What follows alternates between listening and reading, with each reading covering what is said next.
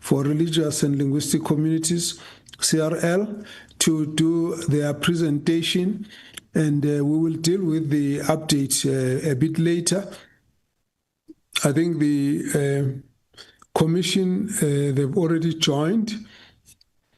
So from that point of view, I would like to invite the chairperson of the CRL as well as all the members to show their faces as we introduce them into the committee.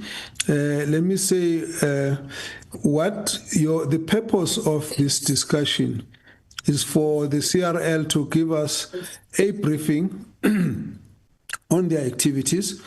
And we have, as we're discussing the issue of the budget review, touched on the history of some of the work that they were doing that relates to their previous presentation to the COCTA committee. I must say that we do have now that report that was tabled to Parliament on your last interaction, and I hope it has been shared so everyone has it, but I know the members do have that report.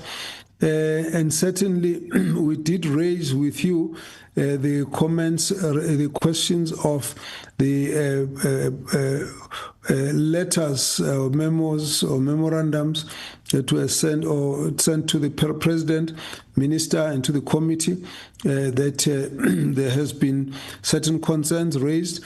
I may as well say that last week I was actually invited to collect a memorandum on behalf of the Speaker of Parliament on the same matters.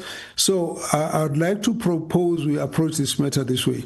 Firstly, you shall introduce your team and let's see who is in the CRL. Secondly, you will take us through what you do as a commission. Thirdly, you will also reflect on the previous engagement and the history of the work that you are doing now, based on the fact that there is a portfolio committee report that went to Parliament, and then you can then comment on the issue of the memorandum that was sent to us. We probably, depending on how you table this matter, might need another engagement on that subject. But for now, I think we just want to know, what is CRL doing? Where does this come from? How are you approaching it? Are you aware of these comments? How are you dealing with them? And all of that. But primarily, what is the CRL's focus? And primarily, the issues of the Section 22 committee, all that background. You can then at the end deal with the comments on the memorandum. So I don't want you to spend time dealing with the memorandum before you take us through this whole other background information. Please go ahead, introduce your team. You will have 40 minutes to take us through all of this, and then we'll have engagement after that. Honorable Mr. Togo Mkhwana and your team, you are on the floor. Thank you, Honorable Chairperson. We are having an electricity challenge. I hope you can see us as much as we Once you have introduced your team, you can switch off. At least we can see the two of you. But if you want others to show, let them show their faces. After that, you can switch off and then continue speaking. Okay, thanks a lot, Honorable Chairperson.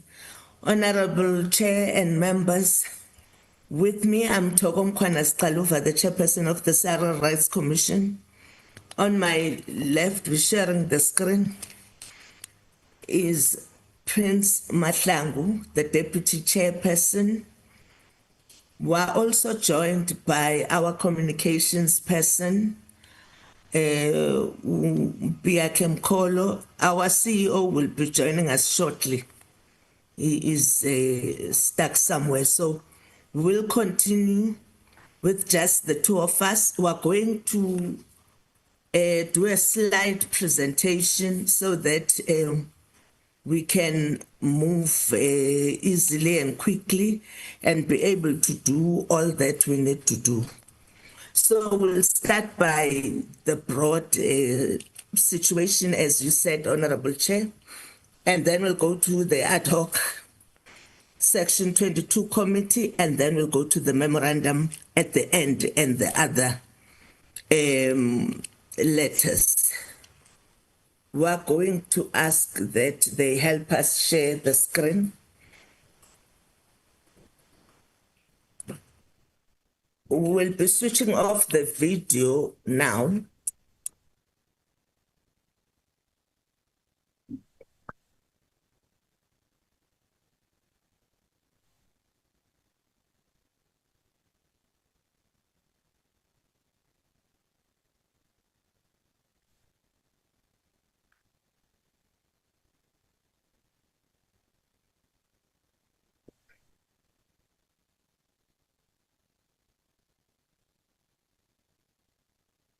May I check, Honorable Chair, whether you can see the slides we're sharing?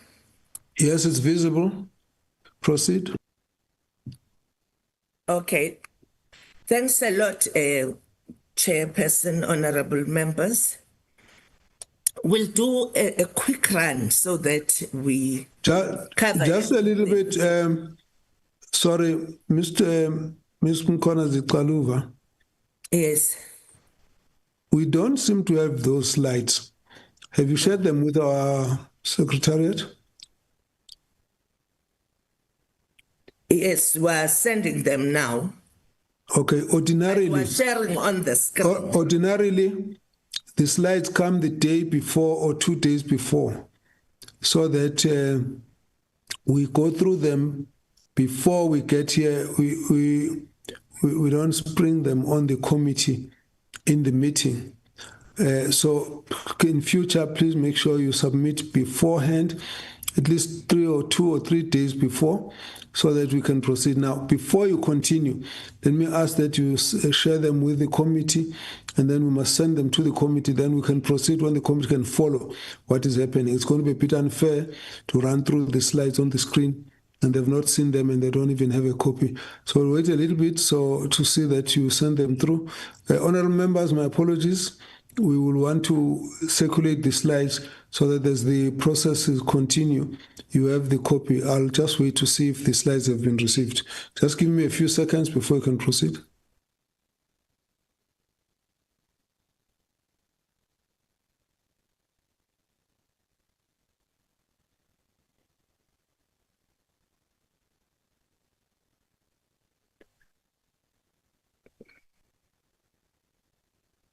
We apologize for this, Honorable Chair, honorable members. We are sharing the slides now, and we'll send them. You will only proceed once we have received them. Please wait. So send the slides through. I've not seen them. Okay.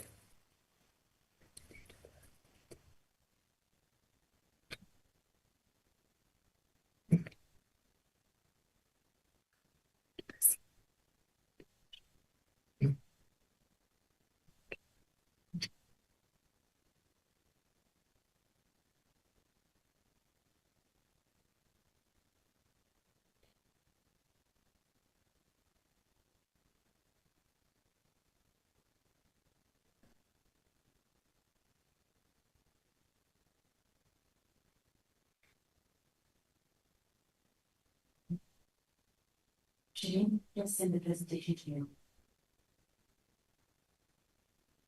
I'm still. Accept.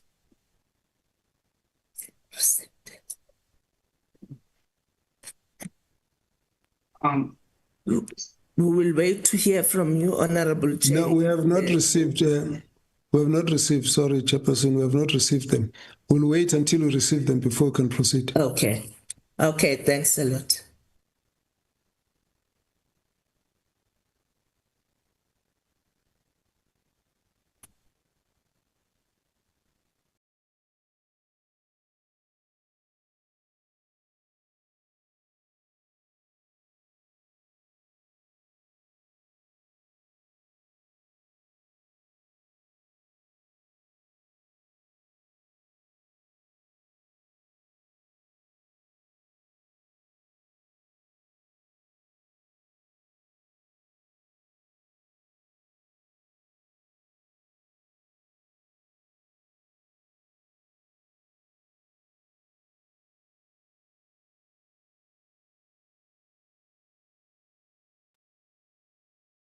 Chairperson, somebody needs to send this to Shireen. We have still not received it.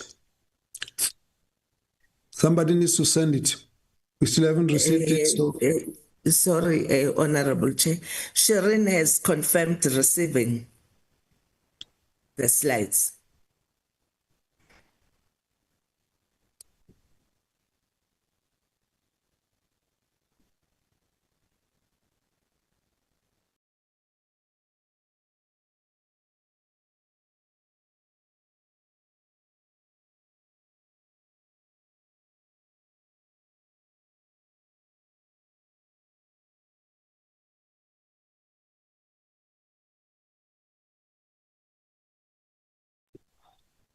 Okay, honourable members, the slides are available, so we can proceed. Chairperson, please proceed.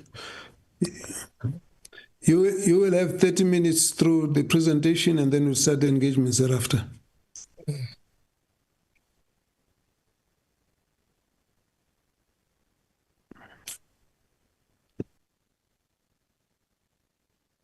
Honorable Chair, pardon us for that misunderstanding. Can you see the slides now that we're sharing? Yes, proceed. The slides are visible now. We've got also received the copy, so we can proceed. Okay, thanks a lot, Honorable Chair. Basically, what we're saying is that there were challenges faced by the Christian sector in South Africa of financial, spiritual, sexual, emotional, and human dignity rights abuses. We then, as the CRL Rights Commission, decided when members of the communities started asking the CRL about its role of protecting the religious community. In response to this, we then had what we call an investigative study to investigate what was happening in the country at the time. In 2017, towards the end of the year, we presented to the Portfolio Committee our recommendations. These recommendations included the need to protect religious freedom without attempting to regulate it from the side of the state. However, as specific practices in the religious community infringed on constitutional rights of congregants and violated existing legislation, we recommended that the religious communities should regulate themselves more diligently to be in line with the Constitution and the law. The Constitution leaves scope for all kinds of beliefs and opinions. Even views which some may regard as extreme are allowed and should not be regulated. If you want to worship a tree, you are free to do that in this country. The religious leaders should exercise their religious freedom with due regard to their legal, ethical, and community responsibilities. And then after our presentation to Parliament, the COCTA Portfolio Committee then had views from the religious sector. In the report of the COCTA Portfolio Committee, there's a long list of other people who presented after the CRL Commission. It was about a week or so. And the Portfolio Committee came up with these recommendations on 14 February 2018. The committee notes that across the sector, there's agreement that there's abuse in the religious sector and thus recommends the following: that there be a national consultative conference, including the linguistic and cultural communities, that should be convened to give a platform to discuss challenges in the religious sector. Arising from the NCC, the following should be established: a charter for self-regulation, a code of conduct for the sector, which should be recognized by legislation. And it continued, the recommendations continued. that there must be a strengthening of the mandate of ICASA and other such bodies to penalize misleading media claims, and that the legislation should be strengthened for the NPO Act and the Income Tax Act to ensure registration of religious institutions. Between 2018 to 2019, a national consultative conference was held in February 2019. A meeting of religious leaders was convened, and at that meeting, a task team of religious leaders was established to take the portfolio committee recommendations forward. The task team of these religious leaders did not have a secretariat and the budget to consult communities throughout the country. And when this current CRL Commission was appointed with effect from the 1st of January 2025, we then, at our inaugural strategic planning session, resolved unanimously to facilitate the implementation of the 2018 COCTA Portfolio Committee. And a resolution was taken at the CRL Rights Commission plenary to go ahead and establish religion-specific ad hoc Section 22 committees. The first would be for Christians, followed by Muslims, then African traditional religion, Rastafari, Baha'i, etc.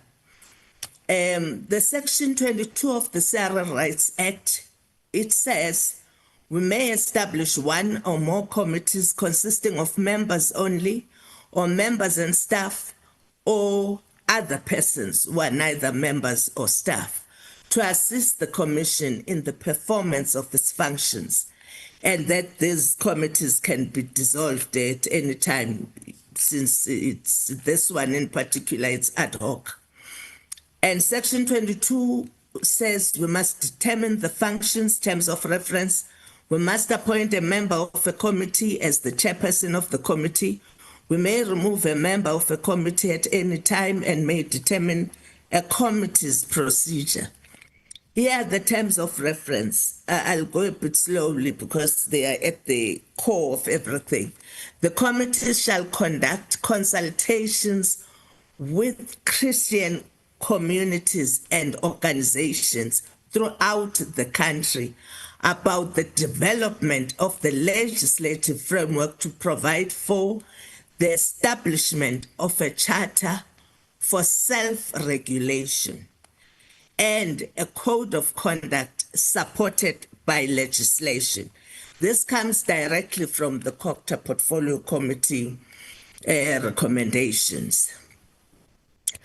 We then came up with members. We'll run through this list of who are the committee members, because some of the questions and the concerns in the letters refer to that. So we thought, let's give this view. Reverend Gift Morane is the Council of African Independent Churches, is the president of what in other areas are known as Amazayoni, in other areas as Abaprofeti. You would find them worshipping next to the rivers usually.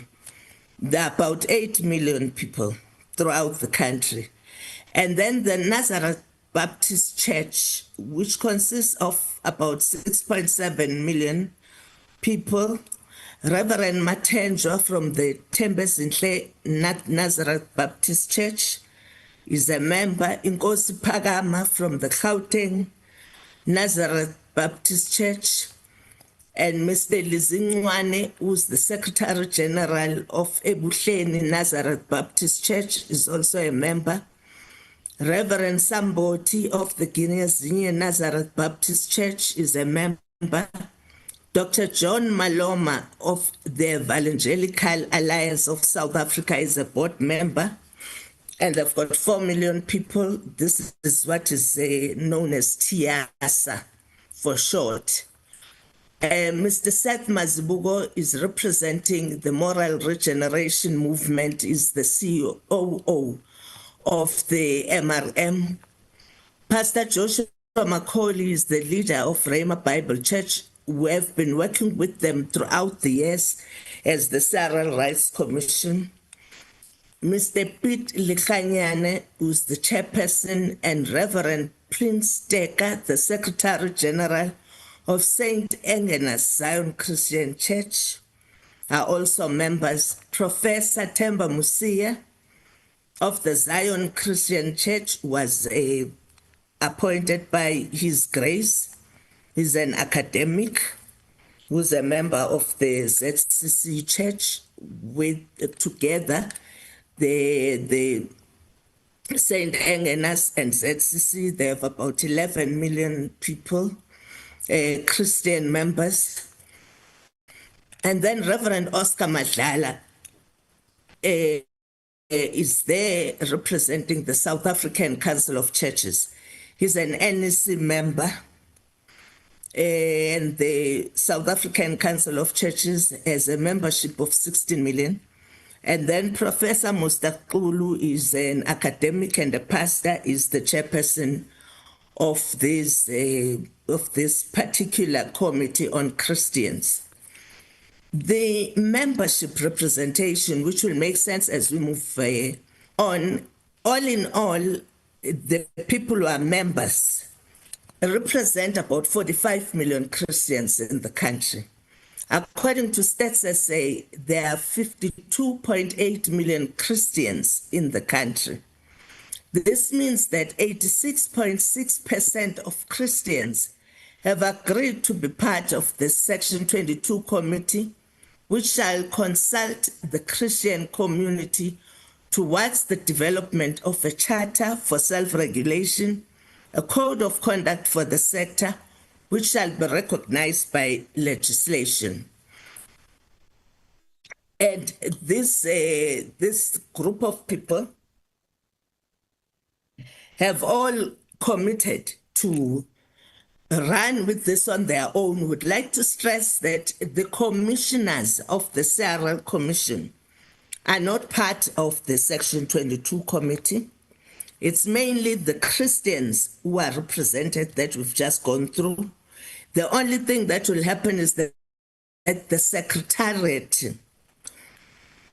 will be formed by staff members of the commission and not commissioners. Then there were letters of concern that were sent to us for us to respond to. One of the accusations is that we have handpicked Section 22 committee members after extensive engagements with the executive committees of identified Christian umbrella organizations and the big churches, the mega churches. The said organizations then appointed their representatives. There's a gender issue that has also been raised. The executive committees of churches and umbrella organizations that we met with were mainly males, and the appointed representatives are males. However, we're currently working towards co-opting women from religious fraternals that are in all 9 provinces. So we're working on bringing them in that particular way. Another issue is people said they were not being informed about the date of the Section 22 launch. This was publicized in the media and it was always on our social media platforms. That people were not invited to join the Section 22 committee launch. This was a small launch of 250 people and not everyone could be accommodated. This launch was live streamed by the media and our social media platforms so that everyone could have access. Maybe I should note that even His Grace attended the launch of the Section 22 committee.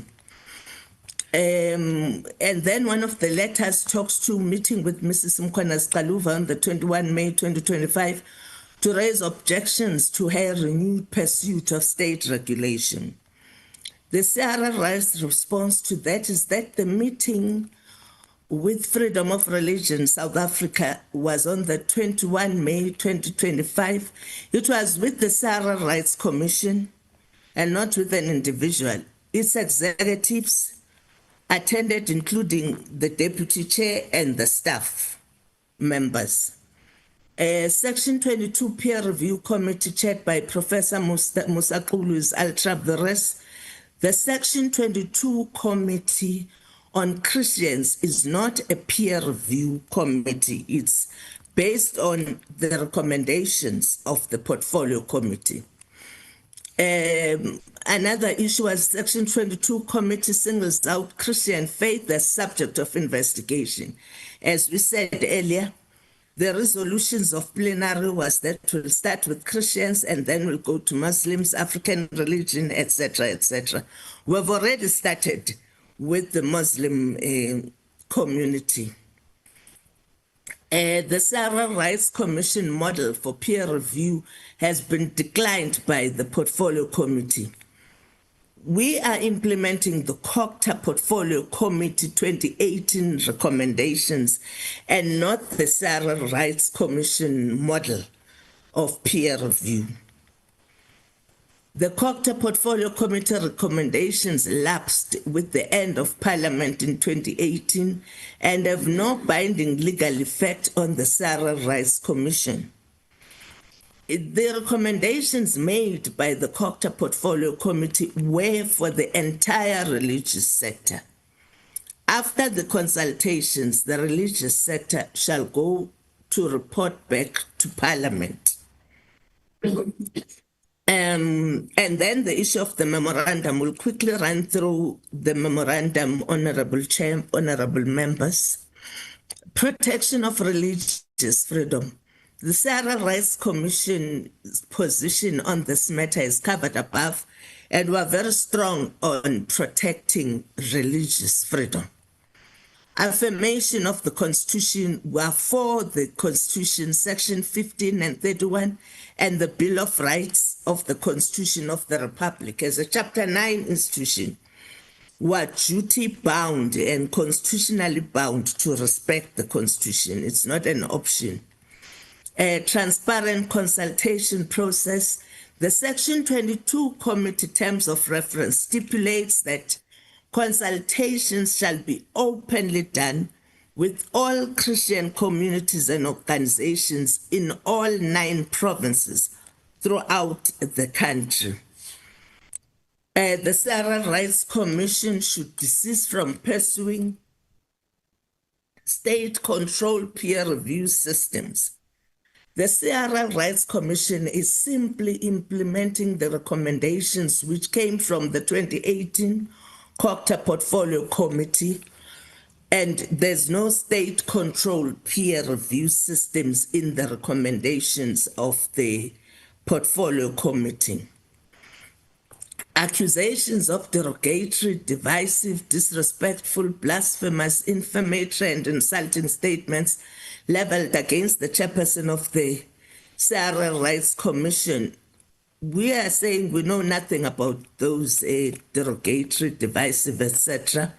statements by the chairperson of the CRL Rights Commission, and we therefore distance ourselves from such accusations.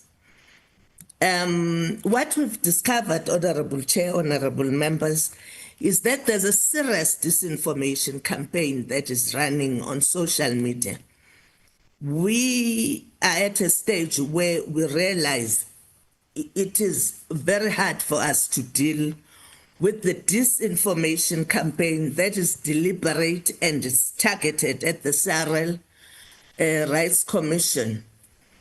I will give you a few examples of that. There was a cropped video clip that came from the interview that I had way back, I think it was 2017, during the Omotoso case, which was addressing what had been evidence-led when one victim, Cheryl Zondi, had been giving evidence about how They were told that God said they must sleep with him.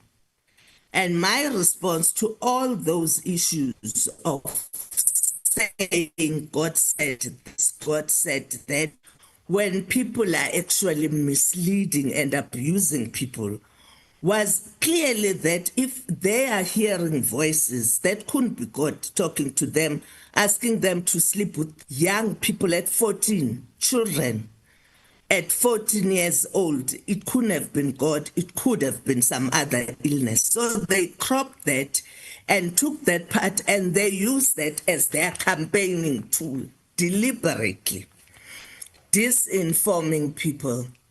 The deliberate targeting of the CRL chairperson as the only decision maker when there are 12 commissioners who take decisions as a collective.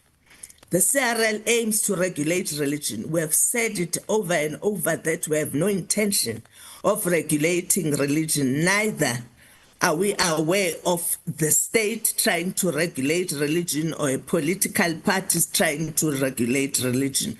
There can be no regulation of religion. We've always been saying it's self-regulation by the church itself in this instance.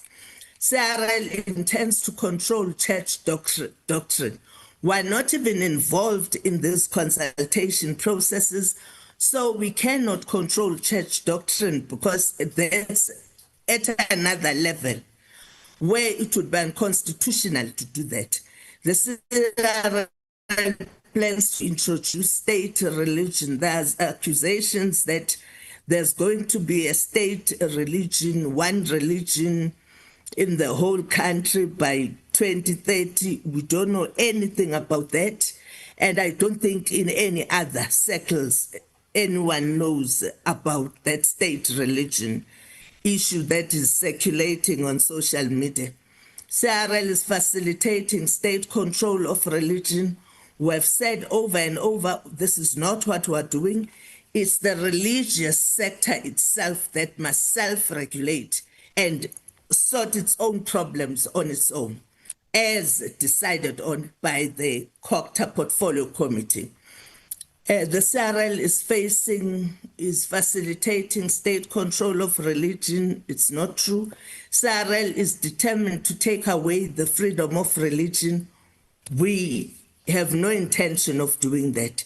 The CRL only targets Christians and the church and not other religions. We have explained, Honorable Chairperson, honorable members, that we are currently looking at the Muslim faith, and we've already started a process around that issue to prove that it's not what we want to do. Thanks a lot, Honorable Chair.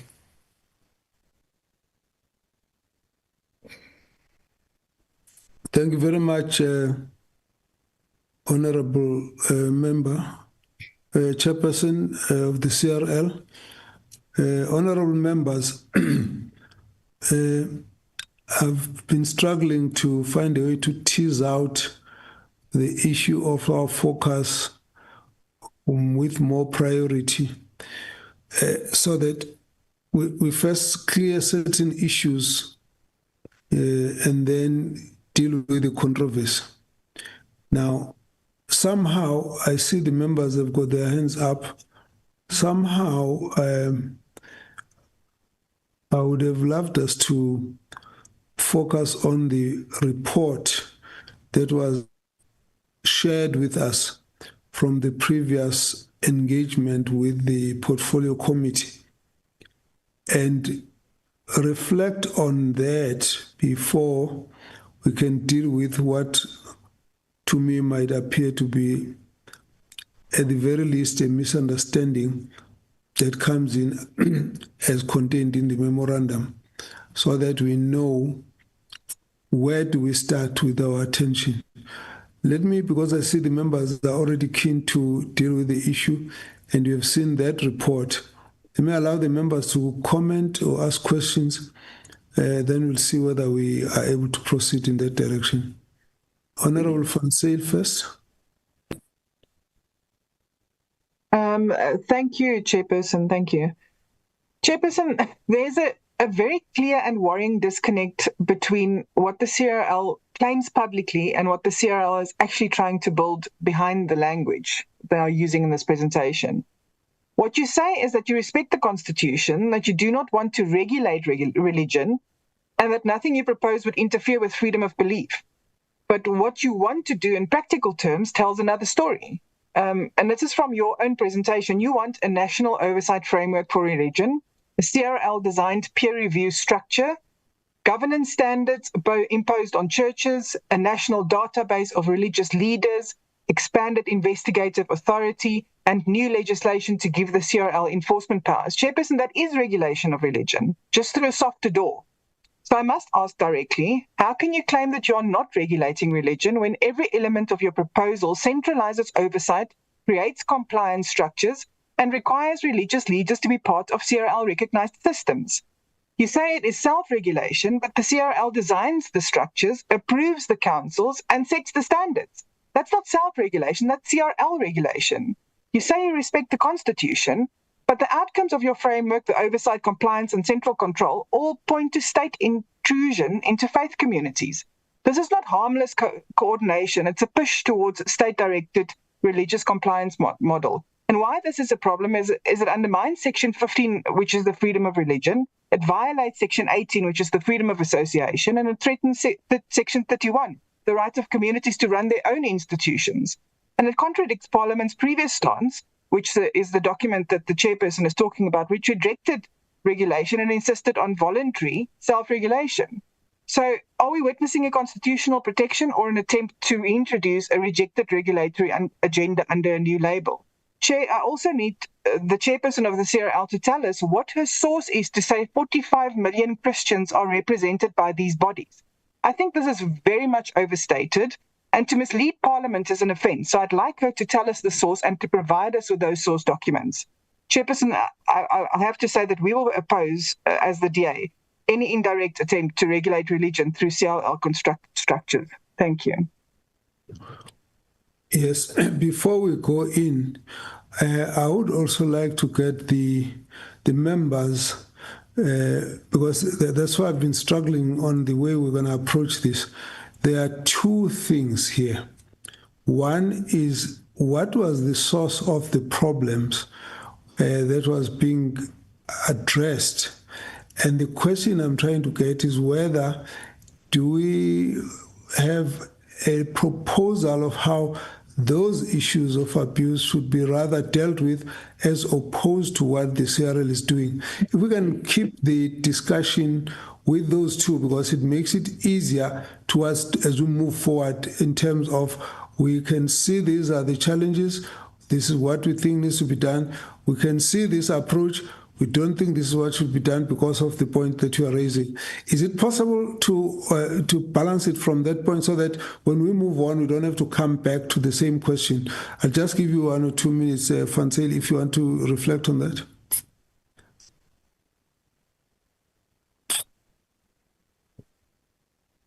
No, Chairperson, I think I'll wait for the other comments before we do that. Thank you. Okay. Look, honorable members, I would like you to try and keep, there are 2 issues to address here. In fact, there are 3, but I'll leave the third one because it's a minor part. There are 2 issues here.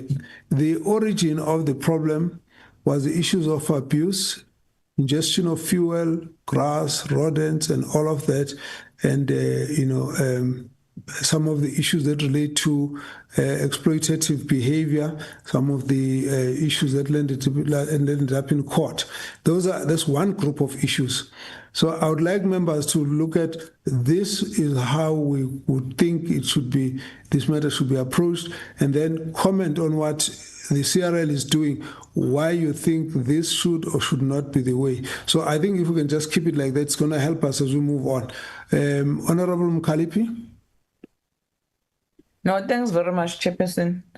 And I agree with you that we must find an approach on this matter because it's very controversial. One, the presentation that we just received from the chair of the commission, she is saying that it was a recommendation from the Portfolio Committee of COCTA in 2018. So the recommendation from COGTA was supposed to be processed and become the parliamentary decision. And I believe that there's a letter that clarifies from the Speaker's office that the report, which includes the recommendation that she keeps on referring to on the presentation, was not processed by Parliament. That's why we must start, Chairperson, to say you are not dealing with the report from Parliament. It was deliberated in the Portfolio Committee of COGTA in 2018, but when it comes to the House, to become the decision of the House, it didn't happen because the report was part and parcel of the items on the last day in 2018 to be adopted by the House. So there's a letter that is from the Speaker that also elaborates on that one to say the item is still pending on the agenda of Parliament. That is number one. Number two, firstly, when we deliberated about this matter, because there's a section of Christians, I believe, that they are the one who are taking this matter up, who are fighting this matter, saying they are sidelined. As a result, they don't recognize Section 22 committee. They are saying that it was constituted illegally, of which that where we come in last time we discussed this matter to say we need a clarity if Section 22 that was processed by the Commission was done legally or not legally.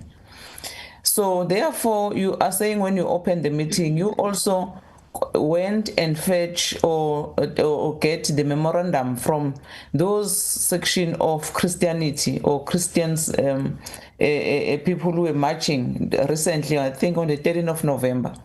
So I think in order for the committee not to take side, just to get a way forward on this matter, we must also invite those people who marched to Parliament to raise some of the serious concerns, which begs to come to the committee now to get a clarity if Section 22 committee indeed is legal or not legal. So I think if you are going to engage with the Commission without the presentation or the people who are presenting, the people who marched, and the chair went and fetched the memorandum, it won't be possible because we ended up not knowing what we are discussing, Chair. I remember this issue when I was very fairly new in the committee early in 2019 or late in 2019. There was a summit that we called as a portfolio committee in old assembly in Parliament, whereby we said each and every person who is part and parcel, who is as well concerned about what is happening in the country, including the petrol, who was fed the Congress, cockroaches, said, how are we going to deal with this matter? Because to us as Parliament, as members of Parliament, was to say, how do we stop this madness that is taking place in the country? And it's us as members of the Portfolio Committee who put pressure in the Commission to say you can't be a Commission exist under Act of Parliament and you don't do anything what is happening in the country, whereby a person will just call himself or herself as umfundisi of a certain church and said to a poor South Africans, in order for you to be healed or to become rich or whatsoever reason that brings you to church, you must drink petrol. It's also make those noise. But now there seems as if as a way forward to deal with such matters, there is a confusion. So therefore, let us establish if indeed the recommendations that the chair is talking about is the recommendation that comes from Parliament. If it's not as a result of Parliament's report, let us clarify that one and take that issue out of the way, Chair. And then as a way forward again, and to say, as the Portfolio Committee, how are we going to deal with such matters, including the memorandum that was as a result of the march that took place recently, Chair. I think if you separate matters like that, we can have a way forward and a clarity, Chair. Thanks. No, thank you. I just want the members to just hold on. I'm going to come back and allow you to comment. I said from the start, I've been struggling with the approach to the matter. And the reason for it is that there are three issues which we have to try and sequence in time and context. And those issues require that this committee must be very steady in the way we handle the matter. The first one is that there was a lot of abuse that was reported. It was in the media, Chairperson referred to the Omotoso case where there were women who were abused. There were instances where children were kept away from school. There were people who were forced to eat rodents, rats and cockroaches, others to drink fuel and all of that. Now, clearly a lot of this was abuse. The question was, what are you doing about that? Now, certainly this committee or the committee on COCTA had to find a solution to those issues. That includes a whole lot of other issues of abuse and exploitation in terms of money and all of those issues that are alleged there, non-registration, non-compliance and what have you. So that was one group of issues. The second group of issues becomes the CRL's approach. Is the CRL approach correct? Is it needing to be amended? Does it need to be changed or stopped or whatever? That's a second group of issues. The third group are the objections of those who have raised a memorandum. Now, my struggling with the contextualization of this in terms of time is actually that we're trying to take over something that was done by the previous committee. So if I can just refer the members to two sections of this report so that we can be guided as we discuss. The item 3, if you look at the report from the previous portfolio committee, it raises a whole lot of issues in relation to the concerns that have been seen in the process of doing this study.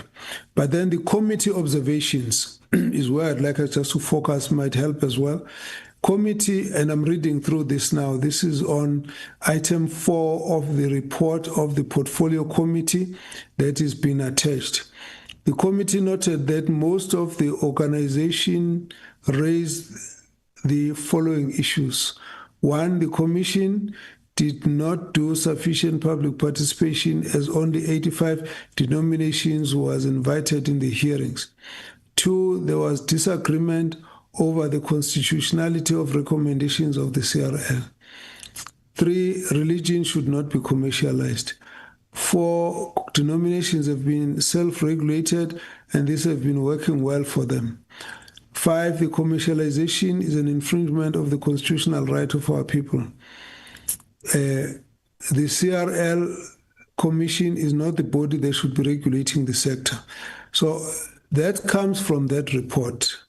The next issue is the recommendation. The committee notes that across the sector, there's agreement that there is abuse in the religious sector and thus recommends the following. 1, a national consultative conference, including the linguistic and cultural communities, should be convened to give a platform to discuss challenges in the religious sector. Now, there is one concrete recommendation. Problem with it, it doesn't say by who, which puts us in a situation where who should we ask whether they've done this or not? Okay, that's the one recommendation, National Consultative Conference.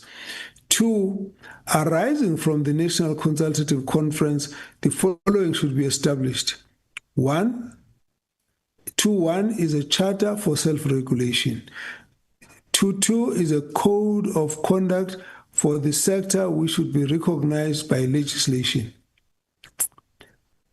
Then the next one is the strengthening the mandate of Independent Communications Authority and other such bodies to penalize misleading media claims. I assume that those would be claims linked to the pronouncement of religious leaders, as you will see if you go back to the report above. Then strengthening, the last one is strengthening legislation like Non-Profit Organization Act and Income Tax Act to ensure registration of religious institutions. This again refers to many churches that are not compliant in terms of these two legislation. So those were the recommendations on record that we have. Okay. Then, of course, the conclusion is that the committee noted the report of the CRL Rights Commission and would like to commend all that participated in the process. The committee made recommendations to the report and tabled it to the National Assembly for consideration. Now, we will need to decide as this committee whether we will work on the basis of this report or whether we will have to start afresh the process and make our own recommendations. But in the context of this report, we need to then ask the question, do we believe that the issues that were dealt with at the beginning to address the concerns have been thoroughly dealt with? And do we feel that these recommendations have been or should be taken forward? That will help us to move from where everybody was to be where everybody is. Then the next issue then is that we need to debate, in the light of all of that, whether the approach of the CRL does address these issues, whether it actually is bordering on anything being unconstitutional. So we put that as a separate issue. It is in that context that we are now able to then sit down with all involved. And to be honest, I did promise the churches that raised the issue that we will meet with them. But I had already sent a message to the Minister Hlabisa to ask him to reflect on the matter and come back to the committee. So I do believe that before we go very far, we would need both CRL and the Minister to be addressing the committee on this matter. Then it will be possible to invite the other members who are objecting to a conversation together. I think we need to just also watch how we work on it so that we don't preempt what the ministry and the executive authority over this matter would have done before we actually, come in, because I think there's also a little bit of an overlap in terms of roles and responsibilities that we must guard against. Let me leave it at that for now and say, let's get the other members to comment, because I think more than anything, we need to kind of brainstorm in terms of the approach on the matter. Honorable Labus Kachne, you're on the floor. Thank you very much, Chairperson. Very difficult after your summary. I want to start out by saying a lot has already been said, and I want to refer to some of the context that Honorable Mahdipi gave, but I want to start off by saying, if we look at the freedom, the Constitution and the chapter on human rights, then every time that we have to deal with human behavior, it is very difficult, because there's a lot of people who believe that we can regulate human behavior by legislation. I think most of us in this committee knows that it is more or less an impossible task to regulate human behavior. Then in this case, it becomes more difficult to regulate human behavior connected with religion. Because religion is a very emotional thing for each and every person, or sometimes not emotional. And it is one of the things that the rights, our chapter on human rights protect and say you have the freedom of religion. Now, that is the principle I think we need to ask ourselves. And I think that is the conundrum that the CRL was in, because there's so much pressure from various religious groups that say this kind of behavior is not accepted and we have to do something about it. The bottom line for me is there are a lot of behaviors in this country that are not accepted, that are already being regulated, and nothing happens. Therefore, there is a lot of corruption in our country. Therefore, there is a lot of child abuse. Therefore, there's a lot of women abuse, a lot of all kinds of abuses, with a lot of legislation, and nothing changes, or very little changes, because human behavior is not something that you will really, in the end, change by legislation. You can only change that if that legislation is going to be implemented and is followed through by the courts and all those things. And our country does not have a good history with that. So that is the first thing. I think that is what makes it difficult for us to decide what is the thing that we have to tackle as for the CRL, but for us as a committee. And now I want to go to that. And my first question that I wrote down when this started is, what was the mandate of the CRL to go into what they've done? Was that a mandate that they decided for themselves? Yes, they said it came out of the committee, but Honourable Maglapi put the spotlight on that and said that report was not accepted by Parliament. So I think we have to start there and say, is this process now sanctioned by Parliament? Do we leave that? The same question you asked, Chair. Do we go on with that, or do we now start our own process? Then the last thing that I want to say is, my other question that I said is, I would like them to clarify to me if they say that it's a self-regulatory process. Now, self-regulatory means that that you as the church community, or as the so-called Christian community, or whatever you want to call yourself, have to have the processes and the structures in your organization to deal with anything that is happening in your organization. If things happen that's not supposed to happen, like exploiting people, because most of these people are adults, they are not children. And if it's children, it's parents who take their children to these churches out of their own free choice. So those churches and those organizations have to have their structures and their systems on how to deal with that. That is self-regulation. To say that a code of conduct, that the CRL will look into a code of conduct with legislation, that is very confusing for the public, because the CRL can't make legislation. Parliament makes legislation. That's the only institution in this country that can make legislation. So that is a confusion, and that will just bring in more and more pressure on the CRL as well as on us.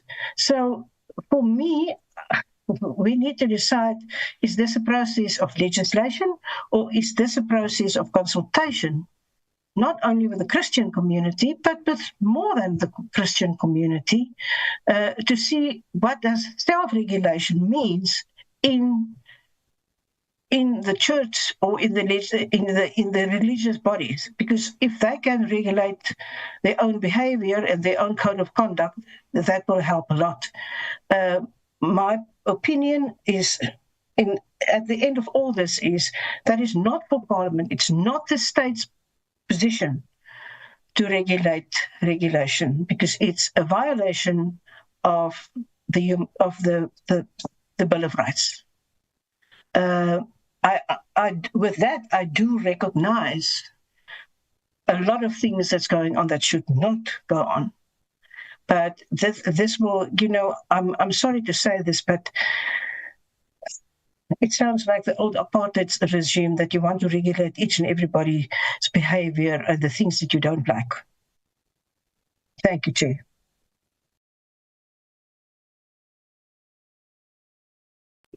Thank you, Honorable Labuskaghni. Let's get Mkhalipi back.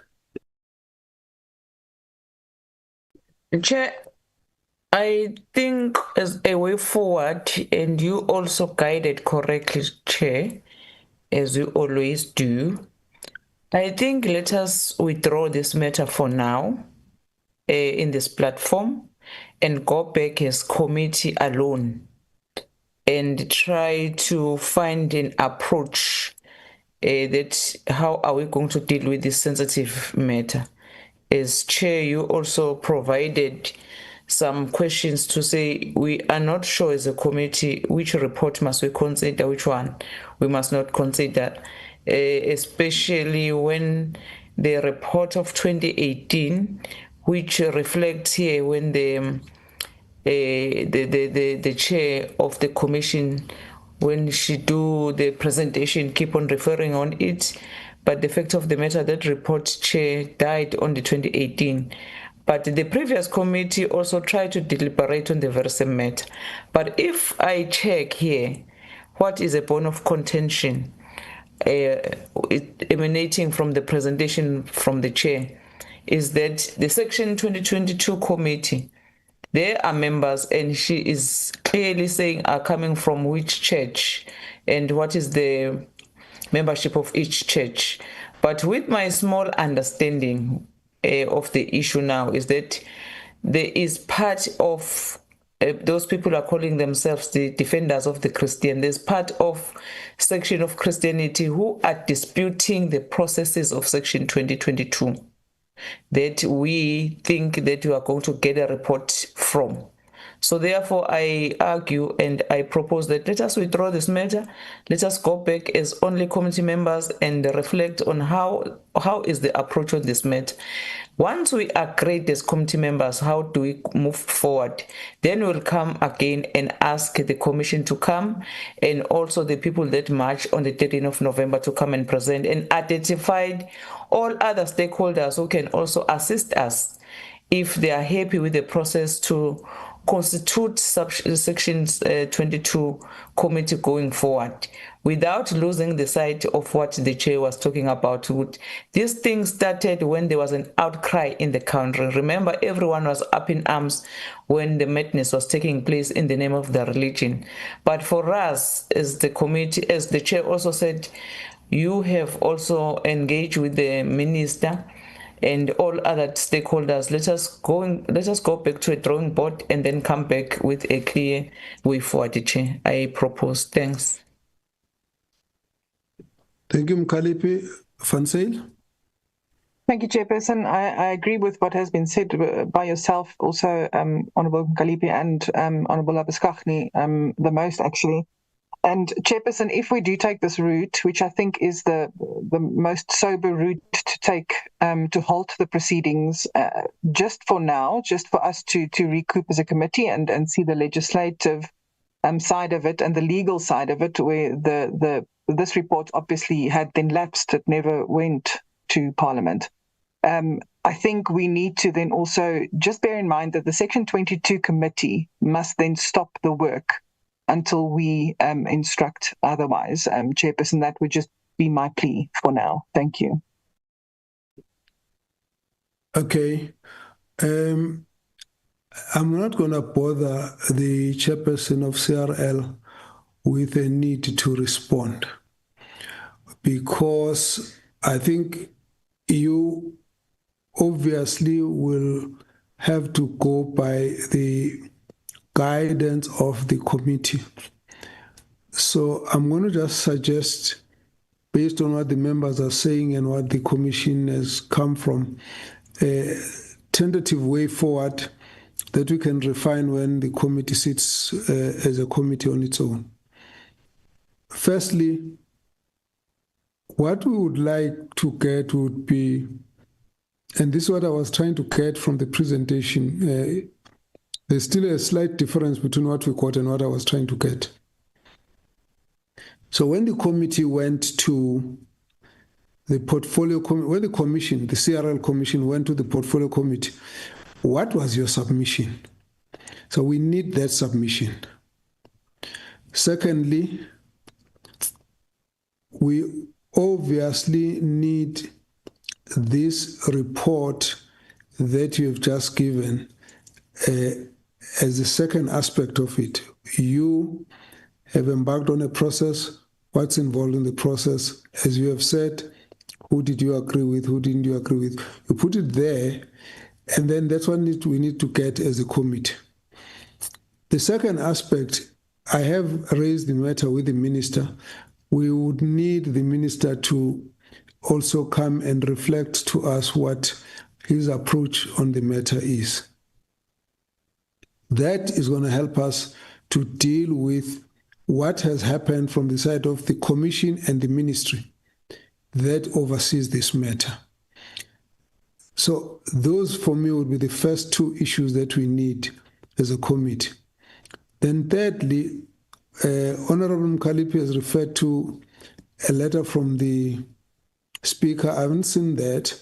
So we need to get our Secretariat to pull this report that we've just referred to of the previous meeting and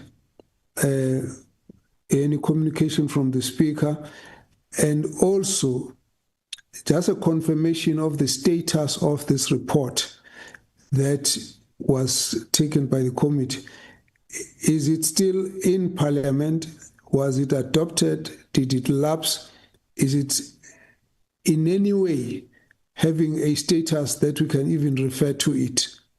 So that, I think, we need our secretariats to clean up.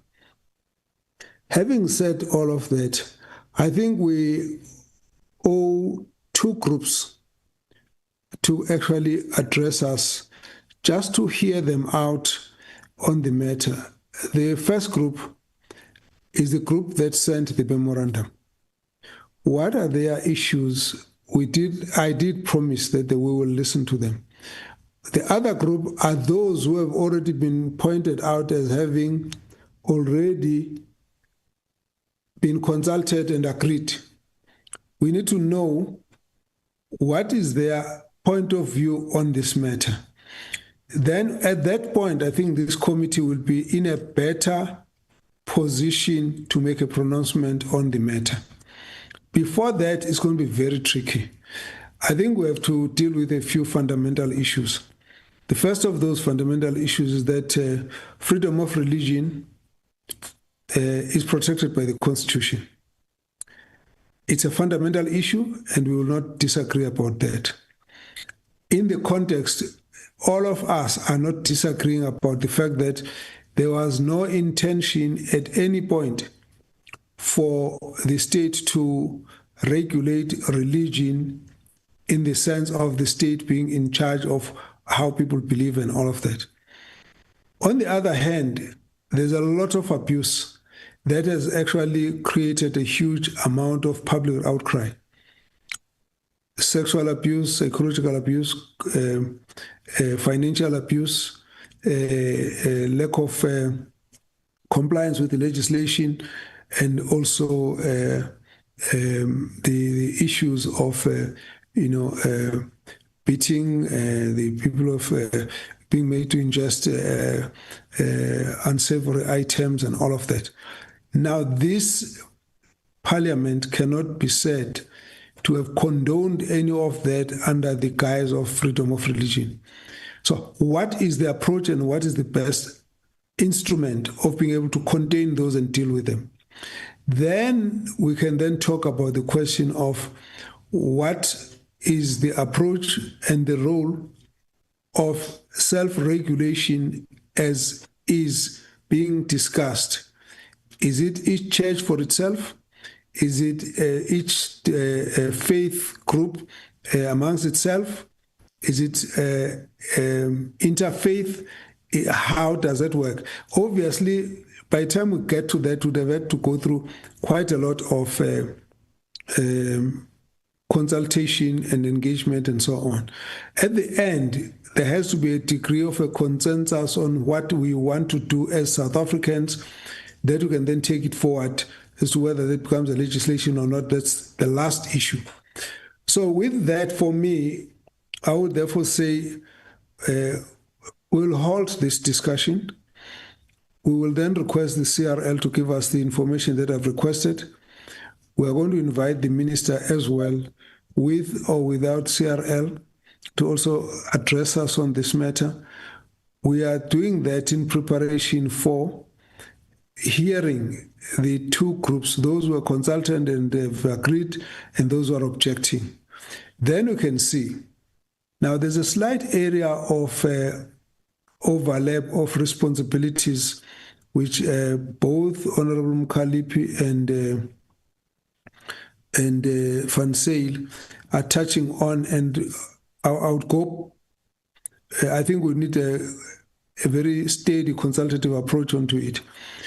Can we as a committee order the commission to stop what it's doing? Or should we actually be addressing ourselves to the minister in terms of how this matter should be handled, and therefore deal with the minister's approach as the executive that is responsible? If you look at the legislation, I looked at the fact that there's reference to minister, and it says that's a minister who shall be designated by the president, and in this case, as a minister of COGTA. So there will certainly have to be an interaction with the minister before we could actually issue any kind of order or instruction, because we might actually just be transversing the separation of powers at that level. But that is something that I would like to deal with as a way of helping to guide as the committee moves along on the matter. That is how I think we should handle the matter. But I think, honorable members, we must all accept there's no other way this matter can be discussed without it being too sensitive and emotional. So at the end of it, we are the ones who must understand that all those who are involved are going to be emotional, are going to be very sensitive about it. But our approach should be to try and find a way of how South Africans across the religious divide or the faith or denominations divide are able to discuss a matter like this and come to a solution that will satisfy our people, that we have addressed the ills that they were concerned with, but at the same time that we have not broken the constitutional guarantee on the protection of religious faith, of rights of to freedom of religion for all individuals. So I think that balance is going to be tricky. We shouldn't be caught in it ourselves as being almost taking a view of one side or another. It might be tempting because the issues also affect us, but I think we need to avoid that, because someone somewhere needs to sober up and say, no, this is the best way of how we can pull this one together. I do believe that the solution will come when the different groups are all brought into one conversation, and then we are saying, okay, here are the problems, how do we solve them? How do we make sure that the sustainability in the way we address them? And maybe the process of the CRL may not be necessary. It may be necessary with certain adjustment. Whatever that the situation might ultimately be, it should be an understanding that it's primarily a community matter. It's a societal matter that government can only act as an agent of the people. And from that point of view, I'd love to hold this discussion at that level. We can reflect on it as a committee in the absence of the other members. Ms. Mkhwanazi, if you'd like to come in, and then we can then close it at that point. Thank you, Honorable Chair, honorable members.